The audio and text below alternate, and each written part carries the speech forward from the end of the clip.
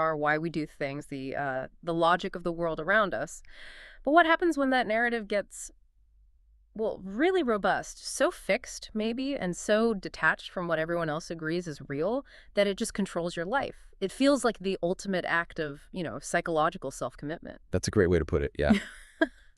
We are definitely walking that borderland today, where the purely subjective world of fixed belief, the things you insist are true, starts to directly shape and sometimes even determine objective shared reality. And stakes aren't just about sanity, are they? It's about the actual narratives that drive our actions. Exactly. That's the mission for this deep dive. We're looking into the definition of psychosis itself, delusions, hallucinations, using those sharp clinical distinctions from psychiatry. But we're also exploring these incredibly disturbing, yet somehow hilariously precise psychological dramas that play out in American Dad. And our source material is this really fascinating mix. We got the clinical definitions right alongside two very specific Stan Smith plotlines. One involves this, well, horrifying rat-like vampire figure that only Stan seems to trust. And the other one is this descent into obsession over a TV show that, well, it doesn't actually exist. We're going to thread these stories through some pretty radical philosophical skepticism and theories about how the mind might work as a kind of filter. Right. So the core question we're tackling is, how do these fixed false beliefs and these false perceptions, the actual symptoms of a reality, break? How do they create this personal shadow world, or maybe a mirror world, one that traps the individual, turning their subjective story into this really confining life structure? Yeah, that's the heart of it. Okay, so before we fully jump into Stan Smith's brain and his, let's face it, increasingly bizarre CIA life, we really need to get our terms straight. We're talking about psychosis. What exactly is that umbrella term? What are its key parts? Okay, so clinically, psychosis is, at its core, a break from reality. Yeah. It's fundamentally an inability to tell what's real from what's, imagined. And it generally shows up through three main symptoms: delusions, perceptual disturbances, which are hallucinations, and disorganized thinking. Now, to really understand this shadow world concept, we need to separate those first two symptoms clearly, because they relate to completely different mental functions, right? Cognitive belief versus sensory perception. Got it. Let's start with the cognitive side then. The architecture of that fixed false belief. What exactly is a delusion? Okay, a delusion is a really core part of psychosis. The definition is, it's a fixed false belief that is just completely resistant to rational argument. Doesn't matter how much evidence you show someone to the contrary, the belief holds. It's unshakable. And crucially, this belief can't just be explained by the person's cultural background or upbringing. It's not just holding an unpopular opinion, It's a belief that's really unique to the individual's pathology. It's all about cognitive processing, what you believe is true about yourself or the world.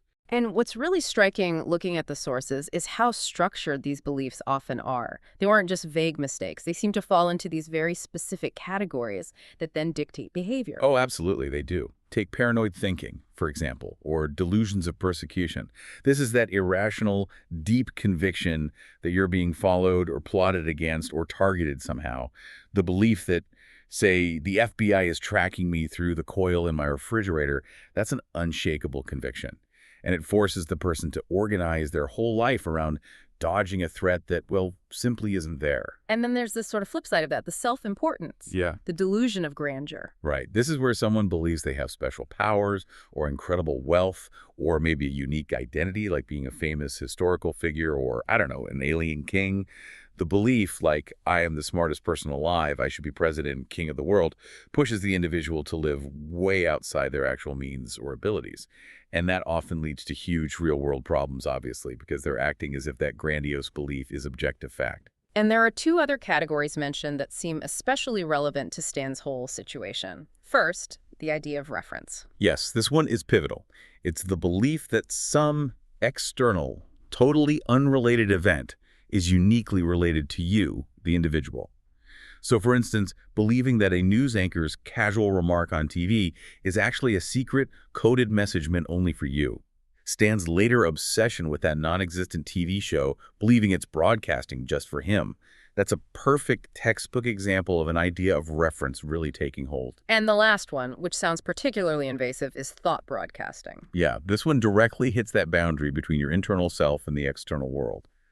Thought broadcasting is the fixed belief that your thoughts can actually be heard out loud by other people, or that your private mental life is somehow constantly being shared publicly. You can imagine how profoundly destabilizing that would be. The individual feels like they've lost any private internal space. They believe every little internal criticism or secret thought is instantly known by everyone around them. All of these are cognitive, remember? Fixed beliefs. Okay, that clarifies the belief side. Now let's switch gears to perception, the sensory stuff. What's the difference between a hallucination and, say, an illusion? Good distinction. A hallucination is a false perception. It's perceiving something through your senses, seeing, hearing, feeling, that just isn't based in reality. It isn't there. An illusion, though, is different. It's a misinterpretation of a sensory stimulus that does actually exist. So, for example, seeing a mirage on a hot road that looks like water, but it's really just a reflection of the sky caused by heat and light refraction. That's an illusion. There's a real stimulus being misinterpreted. Seeing a floating rat-like man that nobody else can see while you're staring at a blank wall, that's a hallucination. And these hallucinations can be incredibly complex, right? Affecting any of the senses. Absolutely. Any of the five senses. Auditory hallucinations are probably the most common, especially in things like schizophrenia. Hearing voices, maybe a running commentary on your actions, often experienced as separate entities talking to you or about you. Then you have visual hallucinations, which is literally seeing things that aren't there. These are often linked to specific conditions like Lewy body dementia, but also, drug intoxication is a big one. We also see olfactory hallucinations, smelling things that aren't present. Sometimes that could be an aura before a seizure. And tactile hallucinations, feeling things like the classic example of bugs crawling on the skin, often linked to alcohol or drug withdrawal. The sources make a specific point about a class of drugs called deliriants, saying they create true hallucinations. Why that specific term, true? That's a really important distinction. Are particularly insidious because the person experiencing them has absolutely zero insight that the perception is false or drug-induced. Reality testing is completely suspended. So you might sit down and have a detailed, seemingly logical conversation with someone who isn't there, fully believing they are physically present, sharing information, reacting to you. That experience is, by definition, a period of induced psychosis because the ability to assess reality is just gone, turned off. Yeah. And this distinction is going to be vital when we get into how Stan's initial delusion seems to eventually breach that sensory barrier. Right. Okay, clinical foundation set. Let's step into Stan's first, and honestly, maybe his most unsettling journey into that shadow world. The whole plot with stanferatu. What Stan goes through here feels like a textbook case of a fixed false belief, a powerful delusion that ends up forcing this malign figure into a functional real-world role. Yeah, this is where you really see the tenacity of Stan's ego, or maybe his desperate need, in action. He's adopted this figure, stanferatu, who is objectively a menace to his family as his trusted ally. Stan holds on to this unwavering, totally irrational conviction that stanferatu is a great guy and always got my back. Right. And this belief is just impervious to all the evidence, all the contradictions his family points out. And the contradictions are just absurd. Stanferatu isn't just annoying, he's actively stealing the family's food, their peas, and that he has the audacity to accuse the family of parsimony, being excessively cheap. Exactly. The evidence of his wrongdoing is literally disappearing from the dinner plate, but Stan just refuses to see it. And that refusal is the clinical definition of delusion right there. Stan's reality has warped to accommodate this fixed belief. Why? Because he needs an ally. His real life is incredibly stressed at this point. He's totally preoccupied with his high-stakes pitch at Frank's Red Hot, and his wife, Francine, has gone missing. So Stan's mind basically fabricates the perfect, powerful, external ally he feels he needs, regardless of how utterly terrifying or disturbing that ally actually is. It's the utility of the grotesque, isn't it? This malign, rat-like figure suddenly becomes essential for the family to function. Precisely. And Stan's delusion gets reinforced because, unbelievably, stanferatu is credited with successfully locating Francine. And how does he do it? By calling into Rush Limbaugh's radio show of all things and generating a lead based on dreams. Yeah. Stan's fixed belief forces dream logic, this highly subjective, subconscious stuff, right into the waking world, making it the deciding factor in finding Francine. The delusion has become the necessary, although completely bizarre, mechanism for solving a genuine real-world problem. And the psychological atmosphere stanferatu creates, it's just thick with dread. The sources connect this directly to art history, to cinema. They do, and this is such a crucial layer. stanferatu is clearly modeled on the grotesque, rat-like creature archetype of Count Orlok from that 1922 silent film Nosferatu. And that film was a cornerstone of German expressionist cinema. For anyone listening who hasn't seen Nosferatu, how does that German expressionist style inform the psychology of this cartoon character? Well, Expressionism wasn't just about making movies. It was this whole artistic movement. It used heavy shadows, dramatic lighting, really sharp angles, distorted perspectives. But the goal wasn't to depict reality accurately. It was to reflect internal emotional and psychological turmoil. So by invoking that Count Orlok look, the cartoon instantly injects that oppressive, chilling atmosphere right into Stan's bright suburban home. Stanferatu becomes this embodiment of the dark, distorted corner of Stan's own mind, literally casting a shadow over his everyday domestic life. And the things Stanferatu says, Mhm. they elevate the psychological horror way beyond just a simple cartoon gag. It's pure surreal menace. Oh, absolutely. They confirm this isn't just a joke about a funny rat man. It's really an exploration of a psychological shadow world. Stanferatu makes these unsettling philosophical comments talking about the absurdity unfolding around them in terms of the natural order of things being what it is. Yeah. It suggests this dark, almost predetermined fate hanging over Stan. But then there's that line, the one that just completely shatters reality and injects this pure, unnerving chaos into everything. Yeah, the truly disturbing, totally context-free line, the donkey's prolapsed anus follows you wherever you go. Right. This surreal, frankly repulsive image just confirms the bizarre and oppressive nature of the shadow figure Stan has willfully brought into his life. It's not just a random gross outline. It's like an anchor point for this unsettling, distorted reality Stan has chosen to inhabit.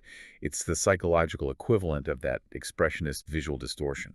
And knowing the original Nosferatu context really solidifies the depth here, doesn't it? That original film involved the clerk's wife falling under the spell of this terrifying shadow, influencing her through her dreams. And here, in American Dad, Stanferatu's entire success hinges on leads generated from dreams. It links the two stories perfectly. It absolutely does. It shows this malign, subconscious shadow figure directly influencing the waking, rational world. Stan is just so stressed, so focused on his own career ambitions, that he basically requires a complete break from reality to solve his personal problems. And that break manifests as this terrifying but somehow oddly competent shadow ally. Okay, so if Stanferatu shows us the creation of a fixed cognitive delusion, then our second case study, the one about the Nighthawk's hideaway, shows this frightening progression into full-blown sensory hallucination and the development of this shared, confining kind of mirror world. Yeah, this plot is brilliant because you can clearly track the stages. Stan starts with this unwavering delusion, which then slowly cracks the wall of his sensory perception. It all kicks off with his obsession over that DPV he finds on Big Trash Day. He insists these discarded items are incredibly valuable, they represent real fun. Meanwhile, his family clearly, rationally, just calls them trash. So his initial behavior is purely delusional, right? And it centers on that idea of reference we talked about. He's desperately trying to find any record of this supposed 1960s show, Nighthawk's Hideaway.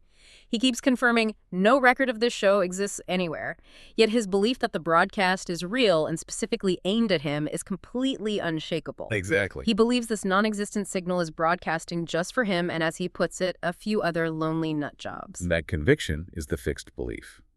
But then the situation escalates. The delusion starts manifesting perceptually. And this is the moment of the true break, right? The transition from a cognitive error to a sensory one. The moment where Stan starts screaming that he sees Tuttle inside the TV, while his whole family absolutely nothing but static. That is the defining line crossing. For Stan, it's become a full-blown visual hallucination. He's seeing a perceived person and environment that nobody else can sense at all. His subjective reality has completely hijacked his objective perception. But, and this is key, the story recognizes that the mind really hates being isolated in its own reality. It craves validation. And unfortunately, that validation only serves to trap Stan even deeper inside this mirror world. He finds that validation, doesn't he? That co-conspirator at the cultural center, another guy just as obsessed, just as disconnected. And this partner explicitly validates Stan's psychological break. He does. The co-conspirator reinforces this idea that they're somehow special, uniquely privileged. He tells Stan, we're the same now, two men obsessed. And then really chilling it. It's like I'm looking in a mirror. Oh. This confirms the formation of what psychiatrists sometimes call a folie ad, a shared psychological space built on mutual delusion. And what's fascinating about this shared psychosis they build is the instability of the reality they perceive. Right. The co-conspirator reveals the nature of the show itself. Apparently there's only one episode, but get this, it changes little things each time they watch it. This confirms that their shared subjective reality isn't just false, it's constantly mutable, unreliable. They are now trapped together in this unstable, ever-shifting prison of their own making. Stan went looking for real fun and escape, but he ended up in a shared asylum. The sources draw parallels between Stan's fate here and two really profound metaphors of inescapable confinement. The first one is the Tantalus illusion. Yeah, the myth of Tantalus is so powerful. He was punished down in Hades, right? Standing in a pool of water with fruit hanging just overhead. But every single time he reached for the water to drink or the fruit to eat, they receded just out of his grasp, forever tormented. Stan is basically doing the same thing. He's engaged in this endless pursuit, chasing the answers to the show's existence, the solution that he thinks will bring him the real fun he desperately craves. But the goal is inherently unreachable because the reality he's pursuing is false and subjective. He's perpetually trapped by this tantalizing illusion. And the second metaphor, the Firewatch paradox, connects this whole thing to the idea of a psychological retreat turning into its own kind of prison. That's right. In the video game Firewatch, the main character seeks escape and freedom out in the vast wilderness, mainly to avoid dealing with his difficult real-world problems. But his retreat very quickly transforms into its own psychological cage, filled with guilt, paranoia, obsession. Stan mirrors this perfectly. He runs away from the stress of Francine disappearing and his family burdens, seeking the supposed real fun of this deep TV, only to find himself completely confined by a fixed, false reality that actually deepens his isolation and obsession. So whether it's the illusory ally, stanferatu, or the illusory TV show, Nighthawk's Hideaway, the pattern is the same. The perceived escape route leads directly to deeper psychological confinement. Okay, let's pull back a bit now and look at the macro context. Why are we humans apparently so prone to creating these confining, self-defining narratives? Why does the mind, even the quote-unquote functional mind, engage in what some of these sources call willful insanity? Well, this takes us into some pretty radical evolutionary psychology.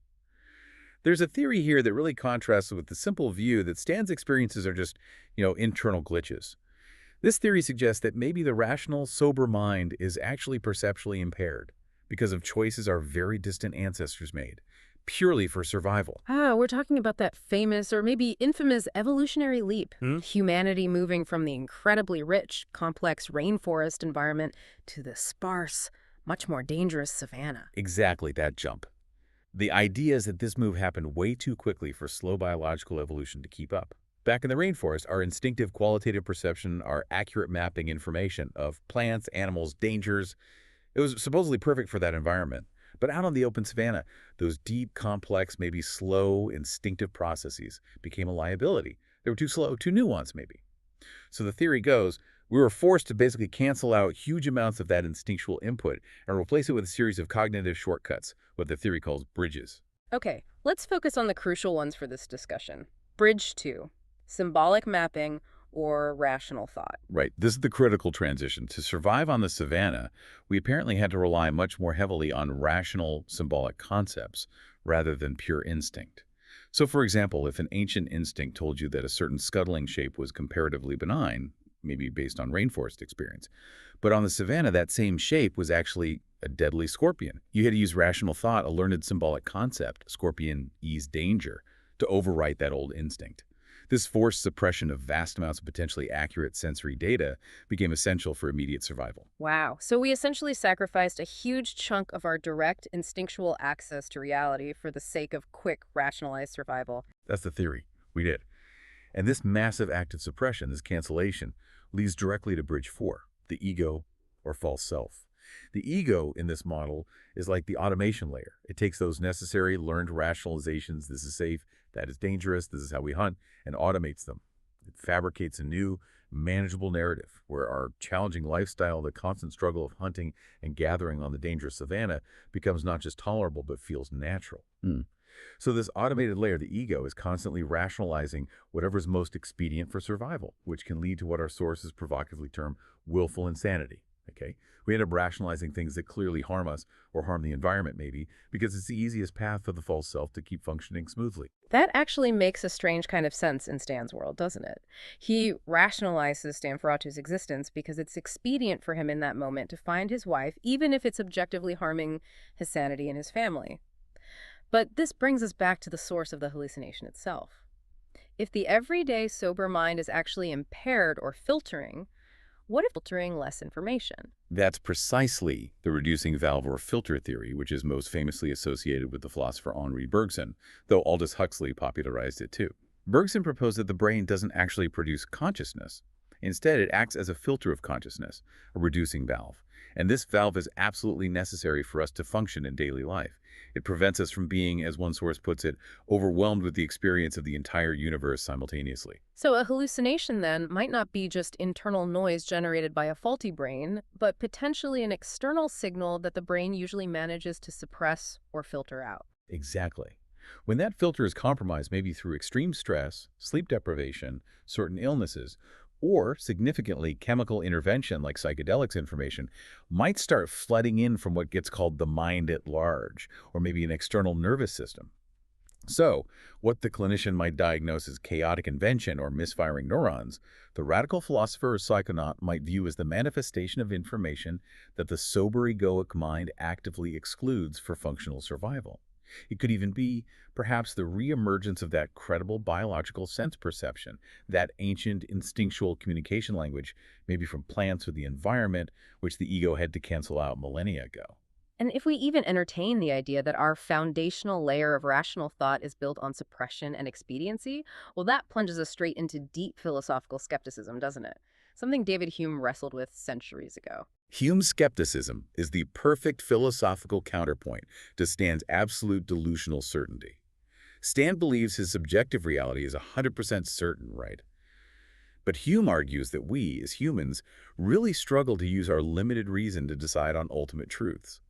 Things like the origin of the universe, or even just the basic cohesion of matter, how stuff holds together. Hume argued it remains fundamentally incomprehensible to us. How does that connect directly to the person experiencing psychosis, though? Well, Hume forces us to ask a really uncomfortable question. If our very senses and our understanding are potentially fallacious, if, as Hume suggested, our ideas of even familiar things like space or motion are full of absurdities and contradictions, then how can anyone be truly certain of anything? This mirrors the core struggle of the delusional character. Stan is desperately trying to prove his subjective reality against the consensus reality.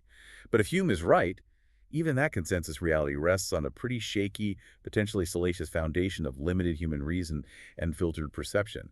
It really blurs the line between what we call a healthy narrative and a pathological one. Okay, that philosophical ambiguity, the lack of absolute certainty, the potential for the brain to be more of a filter than a generator, feels like the perfect segue into the final layer of this deep dive, which is the idea of intentionally trying to rework a sensory hallucination into gnosis, into a kind of profound fixed belief. This seems to align very closely with the specific mental methodology that Terence McKenna and his brother Dennis practiced. Yes, exactly. In standard clinical terms, if you derive a fixed false belief from a sensory experience like a hallucination, that's generally classified as part of a delusional system. But in the very specific, highly intentional context of psychedelic exploration, figures like the McKennas reframed that resulting fixed belief not as delusion, but as gnosis. Gnosis meaning a powerful, self-defining, profound insight.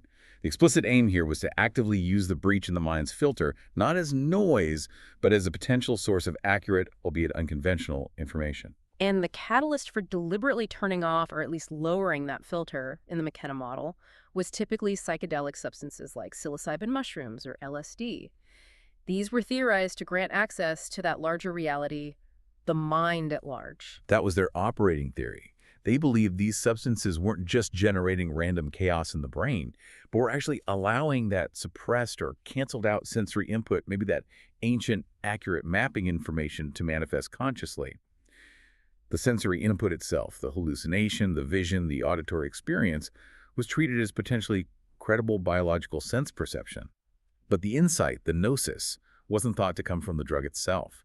It came from the incredibly demanding mental methodology they applied to the raw data they received during the experience. Okay, so what was that specific mental methodology? How did they attempt to convert this raw, often chaotic sensory input into fixed meaning, into gnosis? It was defined quite rigorously as rationalism in confrontation with the weird edges. This meant you had to approach the experience not as a passive believer, but as an open-minded skeptic witness. You couldn't just passively receive the information. You had to actively process it, question it, test it, try to make sense of it. But, crucially, without the limiting baggage of existing dogma or preconceived notions. Why was it so essential to reject Prepackaged philosophy or dogma. Because if you go into that kind of experience with a rigid pre-existing framework, whether it's a specific religious belief system or a strict scientific materialist viewpoint, whatever the moment the sensory input delivers something that doesn't fit your established model, you'll likely just discard it as noise or nonsense. You'd miss the potentially complex novel meaning. McKenna's methodology demanded total mental flexibility.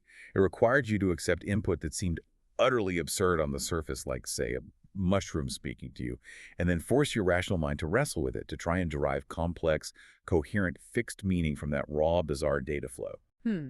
Listening to that, it almost sounds like the intentional creation of something very similar to an idea of reference, or maybe even a delusion of grandeur, but consciously reframed as receiving a kind of cosmic mandate. That's the profound irony, isn't it? The underlying psychological mechanism they employed to convert the raw experience into stable gnosis seems remarkably similar to the mechanism Stan uses, unconsciously, to maintain his unwavering belief in stanferatu. It involves taking unusual sensory or cognitive input and deliberately transforming it into a fixed, unalterable belief about the nature of reality or one's personal purpose within it. The sources give a really powerful anecdote from Terence McKenna that seems to perfectly illustrate this exact conversion. Unwavering belief in stanferatu.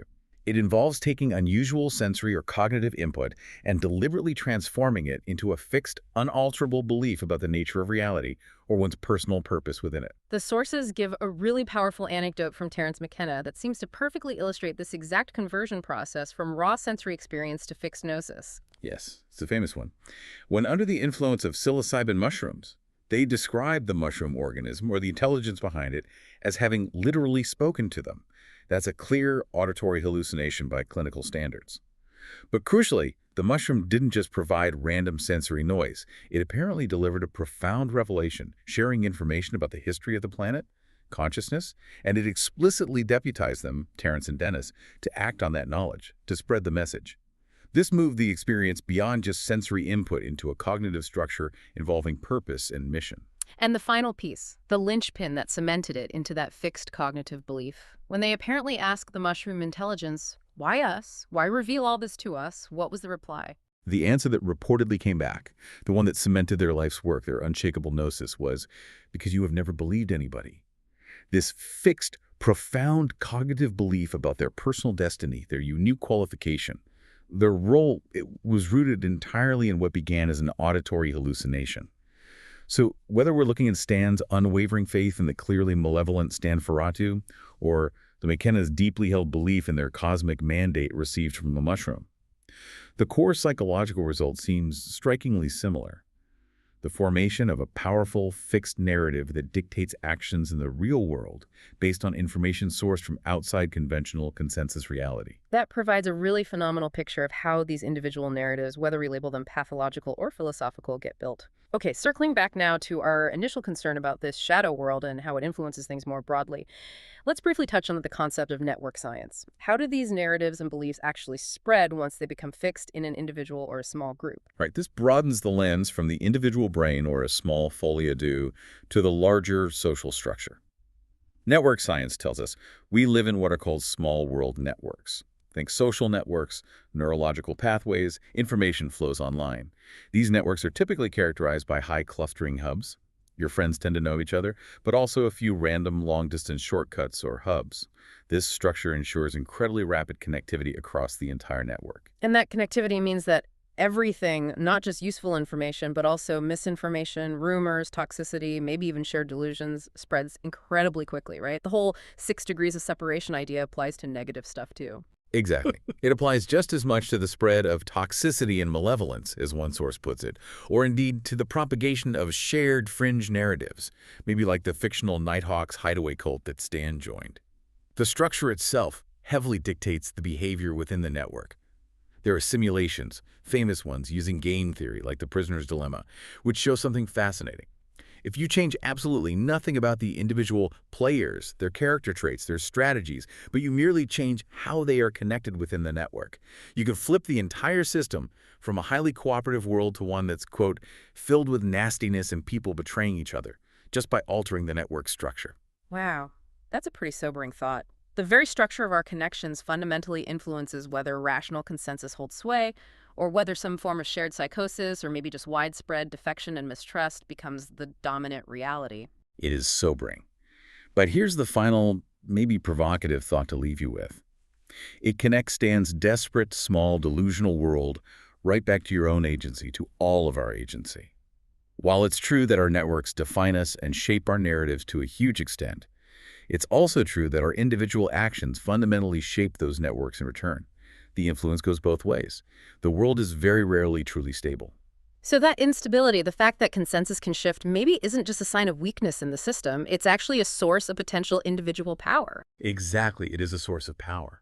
Because the world is often poised, as the source material suggests, on a kind of knife edge of instability. Single, focused choices, even small ones, can start movements. They can grow, they can cascade, they can take off. So whether you feel like you're navigating a fixed, maybe limiting shadow world inside your own head, or you're trying to operate effectively within a complex, maybe even toxic social network, your choice, your individual action, potentially has far more power to change the connections and therefore change the prevailing narratives around you than you might initially think.